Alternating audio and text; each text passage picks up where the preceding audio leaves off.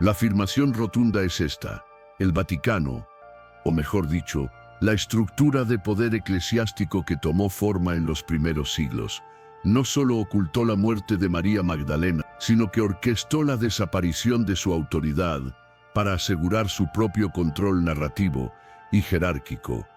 Una traición que se extiende por casi 2 milenios. Piensa en la magnitud de la primera testigo de la resurrección, la mujer a quien Jesús confió el encargo más sagrado: llevar la noticia a los propios apóstoles, los hombres que dudaban. ¿Cómo pudo una figura tan crucial desvanecerse de la luz pública justo cuando su testimonio era el faro más brillante de la fe naciente? La historia oficial la convirtió en una sombra, y su final en un misterio conveniente. Nosotros estamos aquí no para murmurar sobre leyendas, sino para excavar la tierra fértil de la historia, buscando los fragmentos de manuscritos y las tradiciones orales que el fuego de la ortodoxia intentó consumir. Estamos investigando por qué su destino final fue sellado con tanto rigor por aquellos que estaban construyendo un nuevo orden. Si sientes un escalofrío al darte cuenta de que la historia que te contaron tiene grietas profundas, si intuyes que la narrativa canónica te robó una pieza maestra del rompecabezas del cristianismo primitivo, entonces es porque tu intuición te alineas con la búsqueda de la verdad esencial. María Magdalena es el paradigma de cómo el poder institucional moldea la realidad, marginando a quienes poseen un conocimiento directo y transformador. Su final es el mapa de una lucha de poder que define, aún hoy, tu propia percepción de la autoridad y la espiritualidad. ¿Te atreves a ver la historia que te fue negada? Los textos revelan, en Lucas capítulo 8, versículos 1 al 3, que ella no solo seguía al grupo, sino que lo sostenía económicamente. Sostenía. Esto es un lenguaje de autonomía y poder económico en una sociedad profundamente patriarcal. Ella no era una dependiente, era una patrocinadora activa de un movimiento que desafiaba al sistema. Su estatus social y su compromiso inquebrantable la colocaban en una posición de liderazgo natural. Pero cuidado, en el momento en que una mujer posee recursos y una visión clara, se convierte en un punto de fricción para cualquier estructura que busque el control centralizado. El llamado a la acción en su vida fue la entrega total a la misión de Jesús. La renuncia a su vida anterior, a su posición cómoda en Magdala, fue un acto de valentía monumental. Este compromiso absoluto la llevó a estar donde nadie más se atrevió a estar. Mientras los apóstoles asustados huían, ¿quién permaneció? María Magdalena, al pie de la cruz, contemplando el sacrificio.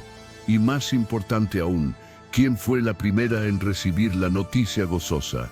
Ella, la primera humana en ver la tumba vacía, la primera en ser enviada como mensajera.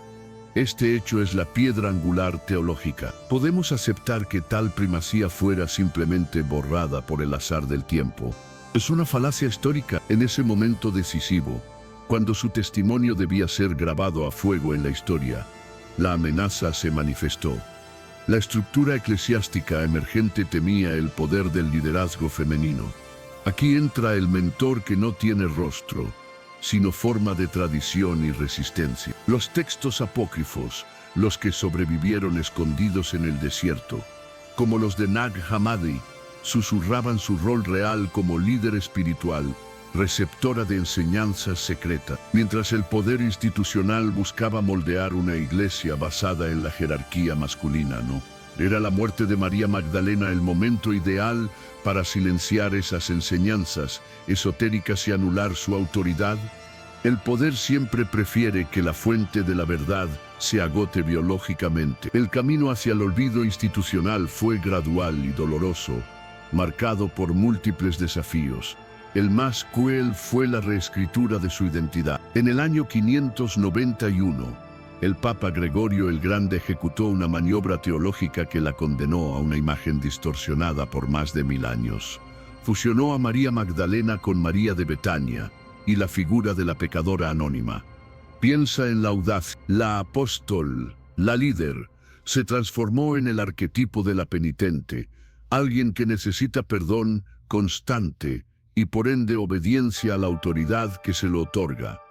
Aunque el cristianismo oriental resistió esta fusión, Occidente la abrazó porque convenía a la estructura patriarcal. ¿No te parece increíble la capacidad del poder para disfrazar la marginación como una bendición? La amenaza principal, el núcleo duro que la institución debía neutralizar, era su autoridad espiritual como portadora de la gnosis. Los evangelios gnósticos muestran confrontaciones directas, especialmente con Pedro, quien cuestionaba su derecho a enseñar lo que Jesús le había confiado en privado. La defensa de Leví, que subraya que Jesús la amaba más, no es un simple detalle romántico, es una afirmación de autoridad espiritual superior basada en la cercanía mística. Era la autoridad emanada de la experiencia directa o la autoridad delegada por nombramiento. La muerte física, fuera como fuera, se convirtió en la excusa para sellar la victoria de la jerarquía sobre la mística. Si su vida ya estaba siendo reescrita, su final era la garantía de que sus enseñanzas más profundas nunca saldrían a la luz oficial. Esta crisis se profundiza al examinar los concilios del siglo IV. Al fijar el canon, al decidir qué textos eran inspirados y cuáles herejes, las tradiciones que favorecían el liderazgo femenino fueron sistemáticamente excluidas. Este no fue un error de omisión, fue una decisión deliberada para forjar una iglesia uniforme, donde la voz femenina, poderosa y directa, era vista como un elemento desestabilizador. La verdad sobre María Magdalena, si contradecía la dirección que el poder estaba tomando, se convirtió en un secreto peligroso guardado en los archivos de lo prohibido. Y es aquí donde la tradición se bifurca, la historia oficial y la historia del exilio. Nos trasladamos entonces al exilio, a la Provenza francesa. Lejos del control imperial de Roma, las tradiciones locales narran que ella no murió en Tierra Santa, sino que fue enviada a las Galias, un destierro forzoso que la sacó del escenario principal de la historia canónica. El tesoro que estamos buscando no es simplemente la ubicación de su tumba, sino el significado de su partida forzada. Si ella custodiaba enseñanzas esotéricas sobre la ascensión y la naturaleza íntima de Dios, su muerte en soledad, en la remota montaña, significó que ese conocimiento vital se quedaría confinado a un puñado de ermitaños y devotos, inaccesible para la masa de creyentes que solo recibiría la doctrina simplificada. Su final pacífico contrasta brutalmente con los martirios heroicos que la Iglesia necesitaba para su mitología. Pedro crucificado, Pablo decapitado, finales grandiosos, perfectos para mármoles y reliquias veneradas públicamente. La muerte de María Magdalena, en cambio, es un susurro en la montaña, la muerte de la sabia que se retira tras completar una misión interior. ¿No es acaso más trágico un final en el olvido, lejos de cualquier reconocimiento público, que un martirio que asegura la inmortalidad histórica? Esa es la estrategia encubierta. Al no darle un final épico y público, la institución le negó el estatus de mártir glorificada, permitiendo que su influencia se redujera a los márgenes, a las cuevas, al folclore, pero nunca al centro del dogma. El resultado directo de este proceso fue la creación de un espectro. María Magdalena era necesaria para validar la resurrección, pero su autoridad debía ser inexistente. Se convirtió en una figura espectral. Sin embargo, el amor y la verdad tienen una tenacidad increíble. Su memoria sobrevivió en la Provenza, en la cueva de Spam, preservada por aquellos que se aferraron a la idea de la contemplativa. Ella se transformó en el arquetipo del místico que se fusiona con lo divino. Aunque marginada del centro dogmático, se convirtió en el sustento secreto de la espiritualidad intuitiva posterior.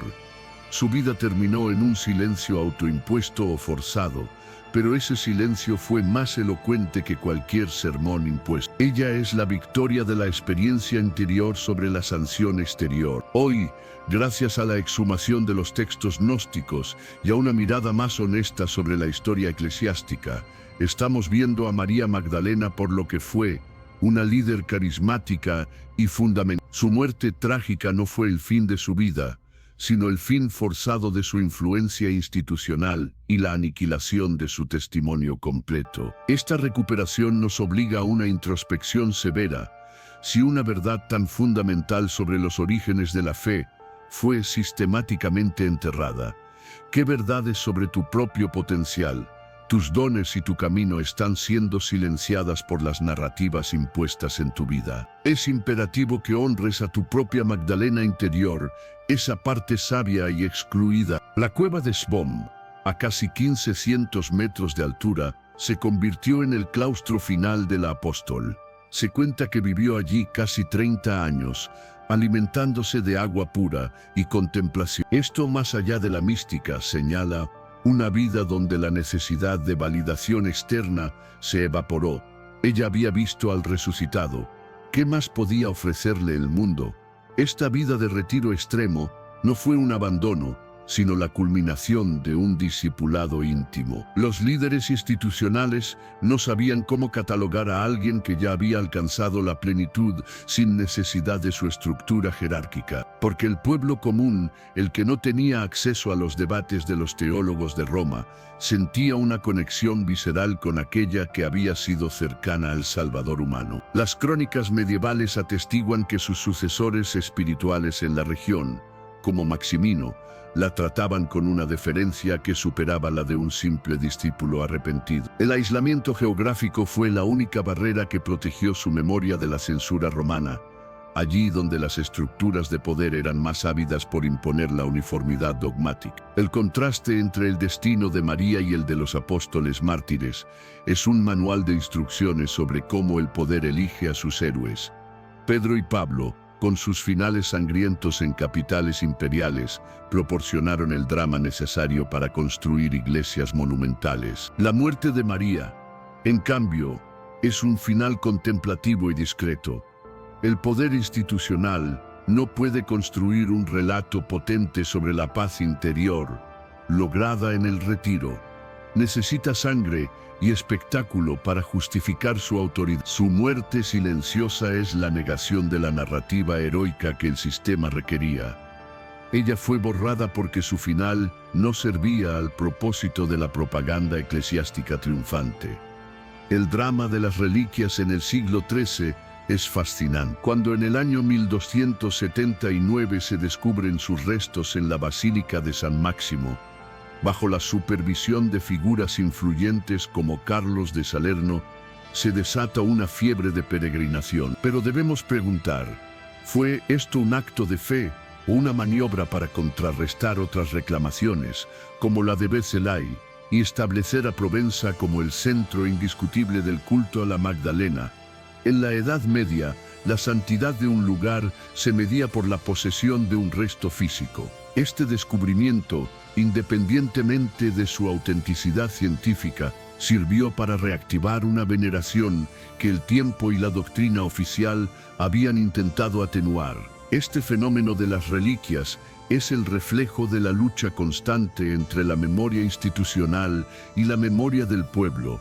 Mientras Roma enfatizaba el linaje petrino, la gente común en el sur de Francia se aferraba a la figura de la mujer sabia que había recibido secretos directamente. Esta dicotomía es un espejo de tu propia vida.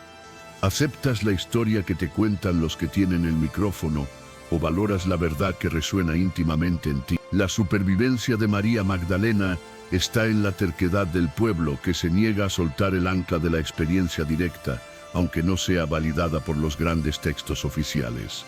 El Evangelio de María, ese documento encontrado, nos da pistas claras sobre la tensión interna. Vemos a María defendiendo la primacía de las enseñanzas espirituales que recibió, frente a la resistencia de Pedro, que buscaba afirmar la autoridad sacramental y jerárquica. Cuando Leví interviene para recordar a Jesús el amor especial que sentía por María, está defendiendo la vía mística y experiencial. Si ella era la guardiana de estos misterios profundos, su muerte en el exilio fue el sellado de esa vía. El conocimiento que requería una transformación total del ser fue relegado al olvido, porque la Iglesia emergente priorizaba la creencia correcta sobre la experiencia transformadora. Los textos gnósticos, condenados como herejía, son en realidad cápsulas del tiempo que preservan la diversidad del cristianismo primitivo. Su énfasis en la gnosis, el conocimiento salvífico que se obtiene internamente, era el enemigo natural de una iglesia que se estaba convirtiendo en una institución legal y doctrinal. María Magdalena, como figura central de esta gnosis, era un peligro vivo. Su muerte, alejada de los focos, permitió que el camino de la ortodoxia, basado en la fe en la autoridad externa, se convirtiera en la norma, sepultando la alternativa mística que ella representaba. El efecto acumulativo de esta exclusión en la psique cristiana es incalculable. Durante siglos, la imagen dominante fue la de la prostituta redimida que se postra a los pies del Maestro. Este símbolo reforzó la idea de que el rol femenino en la fe es de sumisión, arrepentimiento constante y necesidad de mediación masculina. La corrección moderna, aunque necesaria, apenas rasca la superficie del daño causado por 1000 años de iconografía restrictiva. Reconocerla como apóstol significa admitir que la estructura que se consolidó lo hizo despreciando una parte integral de la voluntad fundacional de Jesús. La vida contemplativa en Sedbom, esos 30 años de silencio total, es un desafío brutal a nuestra cultura moderna, obsesionada con la productividad y la visibilidad. ¿Qué verdad fundamental hemos dejado morir dentro de nosotros porque el ruido del mundo nos impedía escucharla? María Magdalena nos enseña que la integración final ocurre en la soledad del retiro. Su muerte pacífica es la confirmación de que ha completado el ciclo místico. Ella no necesitó un gran sermón final, su vida lo fue. Pero el poder siempre elige el drama público sobre la sustancia privada, y el silencio es la tumba más eficaz para una verdad incómoda. La historia de su muerte oculta nos obliga a una autoevaluación severa. ¿Qué verdades personales, qué dones que poseemos estamos sacrificando hoy por miedo a desafiar la narrativa de nuestro entorno? ¿Qué parte de nuestro potencial ha sido etiquetada como inapropiada y enterrada? El exilio de María Magdalena es una lección de resiliencia. La verdad puede ser expulsada del centro, pero si se aferra a los márgenes, persistirá. Su legado es la promesa de que la memoria fiel siempre encuentra un camino de regreso, esperando al buscador que decida mirar más allá de los altares oficiales. Para asegurarnos de que esta comprensión profunda no se disipe, te invito a que formes parte de nuestro círculo de exploradores de la verdad. Si sientes que alineas con la necesidad de desenterrar las capas de la historia que el poder ocultó, tenemos una comunidad muy activa en WhatsApp, donde compartimos análisis y recursos que van más allá de lo que podemos discutir aquí. El enlace para unirte a nosotros está estratégicamente colocado en la descripción del video, pero solo aquellos listos para enfrentar las implicaciones de esta verdad recuperada encontrarán el camino. No es un simple grupo de interés, es un compromiso con la integridad histórica y espiritual. Sigamos desgranando la geografía de su exilio y la resistencia de su memoria. La narrativa de la huida en barca a la Provenza, sin aparejos, es una metáfora de la expulsión total de la estructura eclesiástica naciente. Pero su llegada a la Galia, un territorio entonces considerado el fin del mundo conocido, fue su refugio providencial. Mientras los centros de poder en Roma y Alejandría dictaban la ortodoxia, la periferia occidental permitía que las tradiciones locales respiraran. El destino de María Magdalena, lejos de los caminos imperiales, fue lo que le permitió mantener viva una versión del cristianismo más conectada con el misterio. Este alejamiento geográfico fue vital para su invisibilidad histórica. Los informes de martirios o sucesos importantes en las capitales viajaban rápido, pero la muerte de una mujer sabia en una cueva remota de la Galia, en el primer siglo, si no era reportada por un emisario oficial, o si su reporte era ignorado por ser inconveniente, simplemente se desvanecía en el vasto silencio del imperio. La Iglesia en formación necesitaba centralizar la autoridad y los relatos. Los sucesos en la periferia eran ruido de fondo. Irónicamente, lo que fue impuesto como castigo, el exilio, se convirtió en el método de preservación de su esencia. ¿Cómo pudo el silencio ser tan efectivo si ella era la primera testigo? Porque en la batalla por la historia, la palabra escrita y sancionada por la autoridad supera siempre a la tradición oral y al ejemplo vivido, especialmente cuando este último proviene de una mujer. Los escritos de los obispos en Roma poseían un peso doctrinal que las historias de las comunidades provenzales no podían igualar en el tribunal de la historia eclesiástica. La teología estaba evolucionando hacia una rigidez estructural que veía la experiencia mística femenina como inherentemente desordenada. Era más fácil canonizar su martirio simbólico que aceptar su liderazgo real. La maniobra de la fusión de identidades, orquestada por Gregorio el Grande, fue una obra maestra de la gestión de crisis institucional. Al convertirla en la pecadora, le otorgaron una narrativa de redención que era compatible con la subordinación. El mensaje implícito era: puede ser santa María Magdalena, pero solo como un modelo de arrepentimiento extremo, nunca como un modelo de autoridad apostólica. Esta redefinición permitió a la Iglesia honrar su memoria superficialmente mientras enterraba su verdadero legado de empoderamiento. Es una lección magistral de cómo el lenguaje moldea la realidad espiritual. Y si volvemos al Evangelio de Felipe, donde se habla de un beso íntimo entre Jesús y ella, entendemos el terror que su figura causa. Este beso no es meramente físico. En el contexto gnóstico, es la transferencia de la sabiduría oculta, la comunión mística que hace al iniciado igual o incluso superior a los demás. Si Jesús le estaba transmitiendo el conocimiento supremo de manera directa, ¿qué necesidad había de la cadena de mando masculina que se estaba estableciendo? Su muerte y el subsecuente encubrimiento de sus enseñanzas aseguró que el camino principal de acceso a lo divino se oficializara a través de canales que ella ya no podía supervisar. La teología que se consolidó en los siglos posteriores se basó en la fe en la ley externa y la correcta doctrina.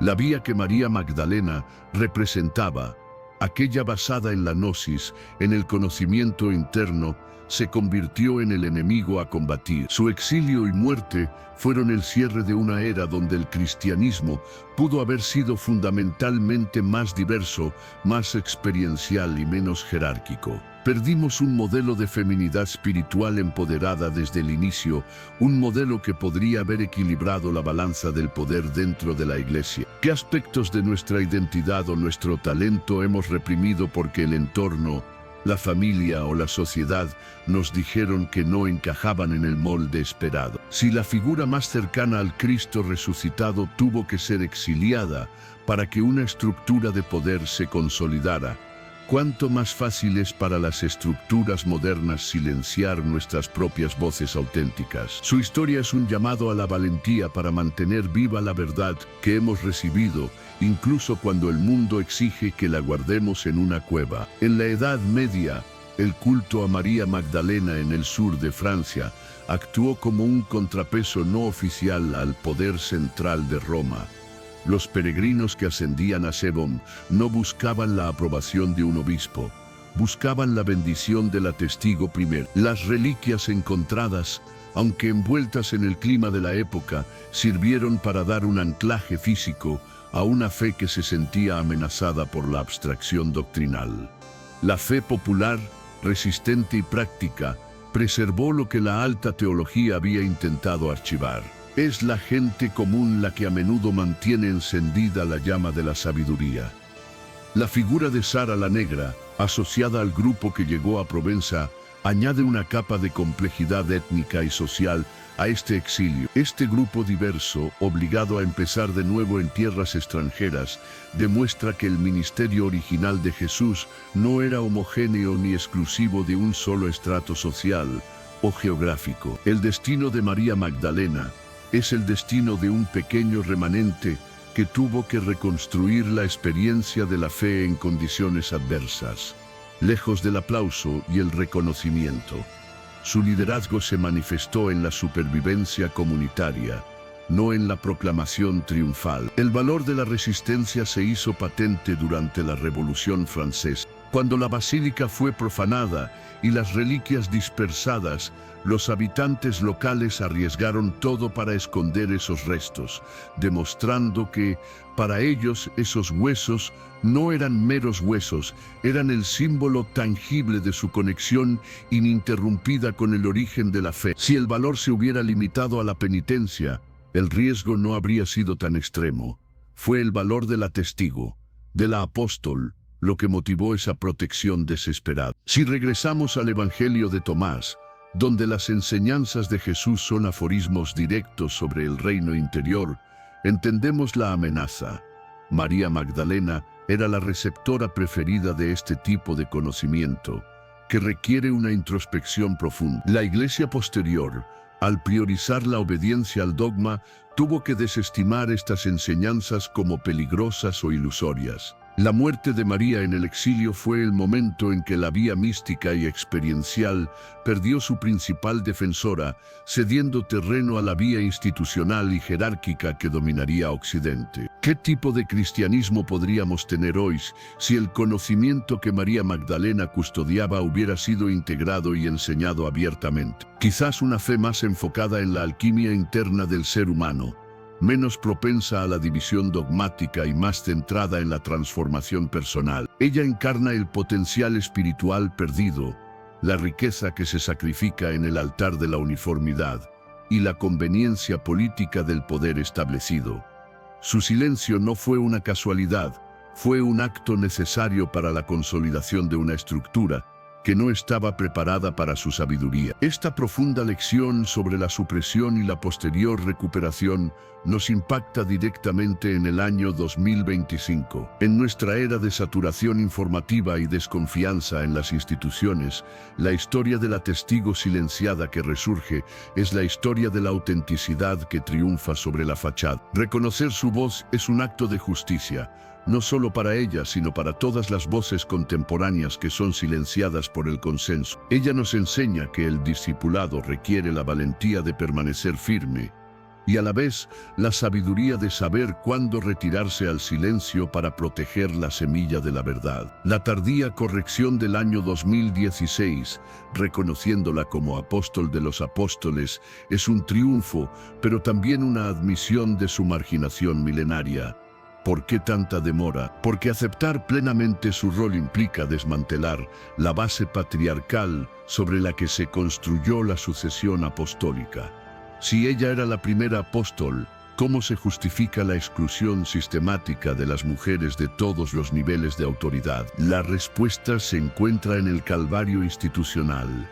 El poder tuvo que elegir entre la igualdad radical que Jesús enseñaba y la estructura de control que necesitaba para perdurar como institución terrenal. El concepto de exilio es fundamental para entender el problema de la autoridad. Ser exiliado es ser expulsado del centro de la narrativa, ser relegado a la periferia donde las reglas son diferentes. Su muerte en Provenza selló su destino como forastera, mientras que los mártires en Roma se convirtieron en los cimientos oficiales. Su legado fue diseñado para ser un complemento ornamental, nunca un desafío estructural al poder centralizado. Su muerte no fue el fin de su misión, fue la conclusión de una estrategia de neutralización. Al enfrentarte a esta realidad, ¿dónde sientes que has sido exiliado o marginado por mantener una perspectiva auténtica? ¿Qué talentos o pasiones has tenido que enterrar porque no encajaban con el guión que otros escribieron para ti? La historia de María Magdalena Te motiva a valorar esos refugios interiores, esos momentos de retiro donde la verdad personal se fortalece, lejos de la presión de la aprobación externa.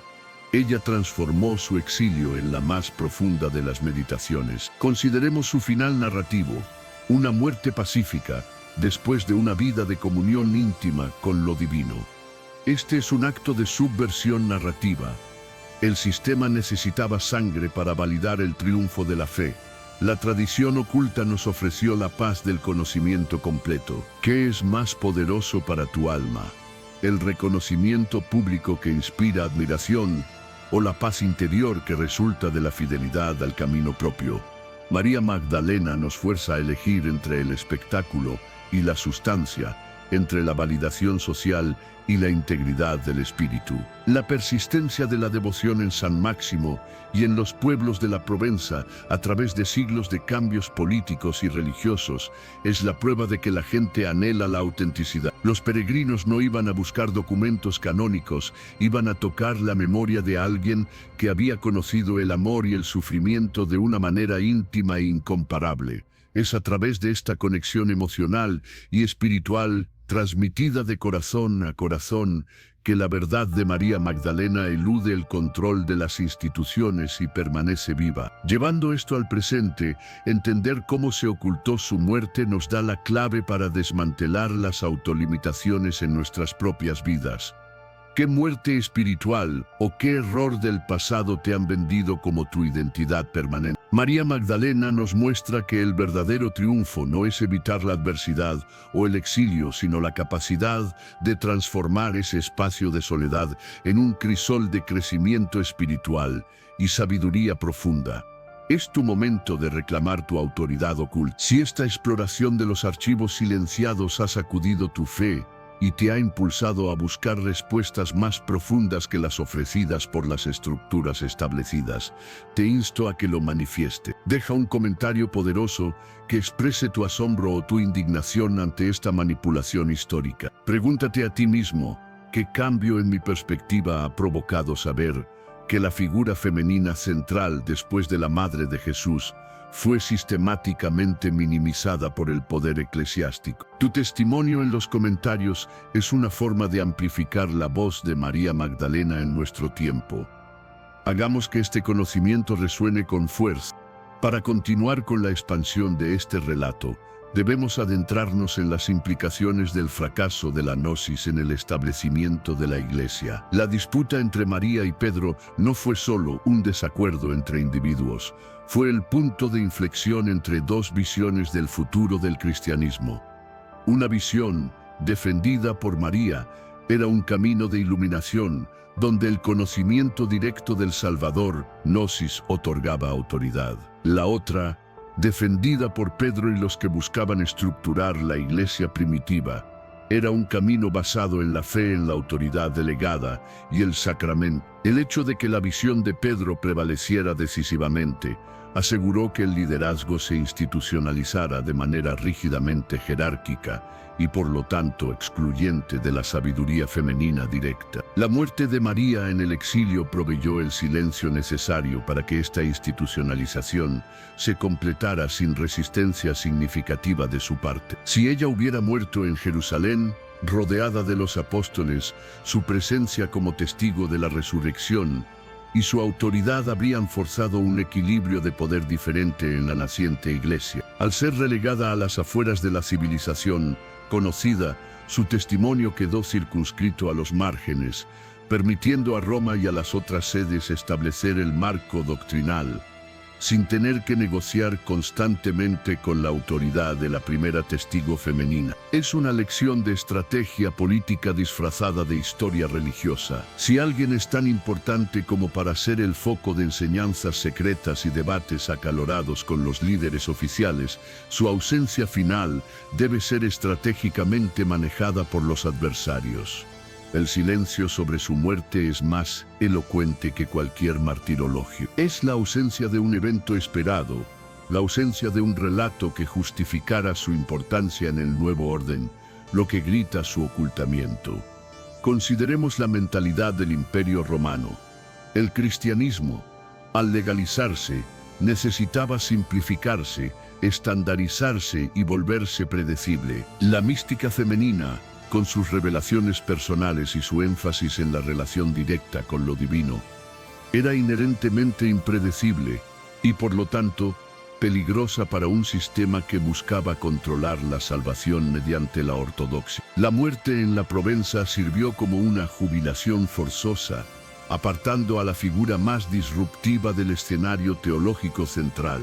Y aquí te lanzo una pregunta que debes meditar profundamente.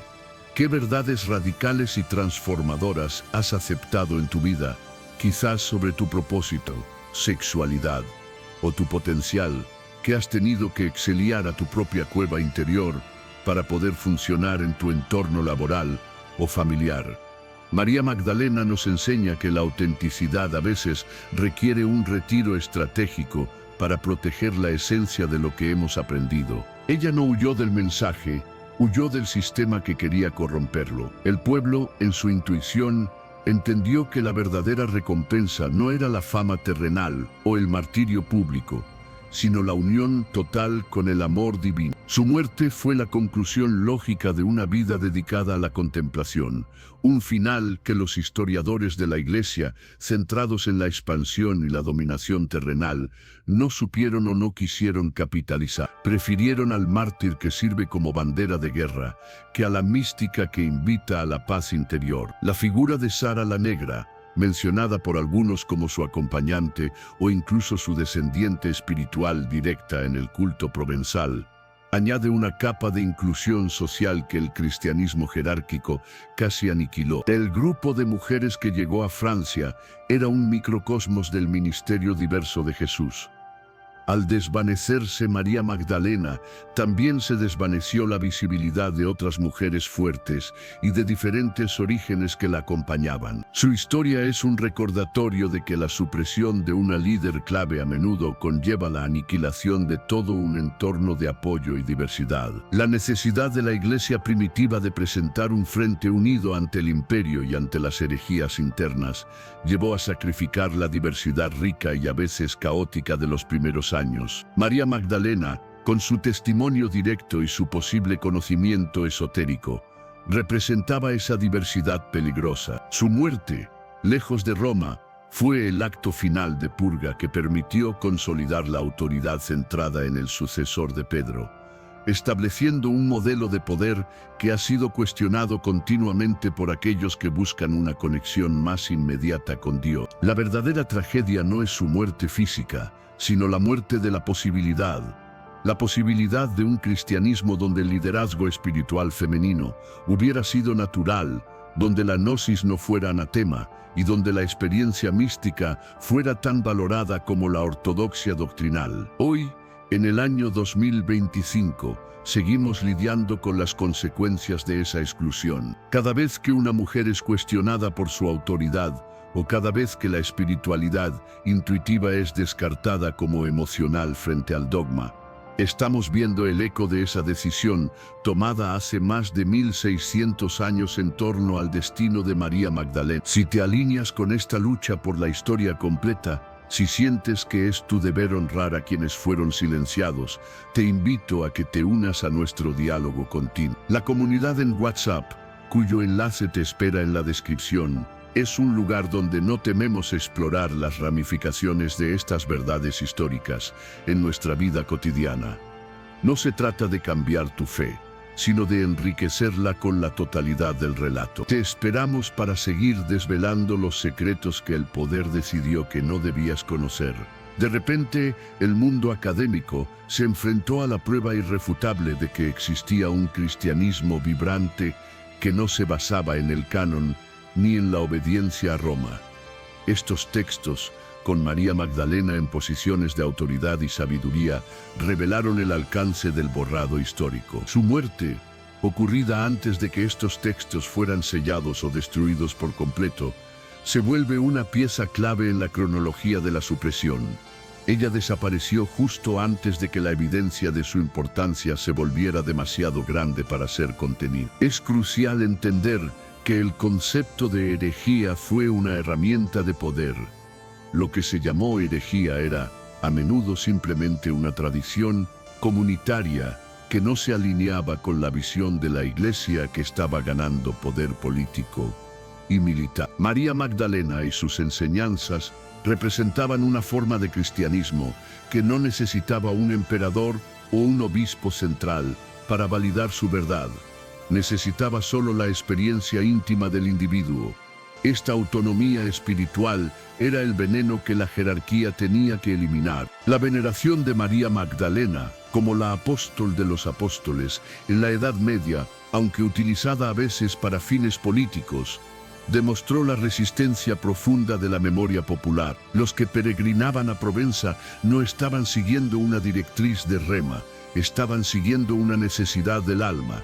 Buscaban sanar la división interna, encontrar a la figura que, según los apócrifos, entendía la psique humana y el camino hacia lo absoluto mejor que nadie. Su muerte en el exilio no terminó su misión, sino que la transformó en un arquetipo eterno de la sabiduría oculta. Finalmente, al contemplar el final de su vida, no vemos el colapso del Evangelio, sino el colapso de una persona ante el peso de la historia institucional. Ella no fracasó en su misión, el sistema fracasó en registrarla y honrarla justamente. Su paz en la cueva es la victoria del espíritu sobre la burocracia. Pero para nosotros, que vivimos en una época obsesionada con el reconocimiento digital y la validación instantánea, su vida tardía nos pide un sacrificio. El sacrificio de la necesidad de ser vistos para poder ser verdaderos. Ella se retiró para integrarse, y al hacerlo, dejó una enseñanza silenciosa sobre cómo alcanzar la plenitud. ¿Qué estamos dispuestos a sacrificar hoy? ¿La comodidad de la narrativa aceptada, o la dura verdad que nos obliga a reevaluar todo lo que creíamos saber sobre el liderazgo, el género y la fe? María Magdalena nos dejó un último enigma en su muerte solitaria. ¿Es más grande el testigo que muere en el centro de la batalla por todos, o aquel que se retira al confín del mundo para preservar la pureza de un conocimiento para unos pocos elegidos? La respuesta a esa pregunta definirá tu propio camino espiritual a partir de este instante.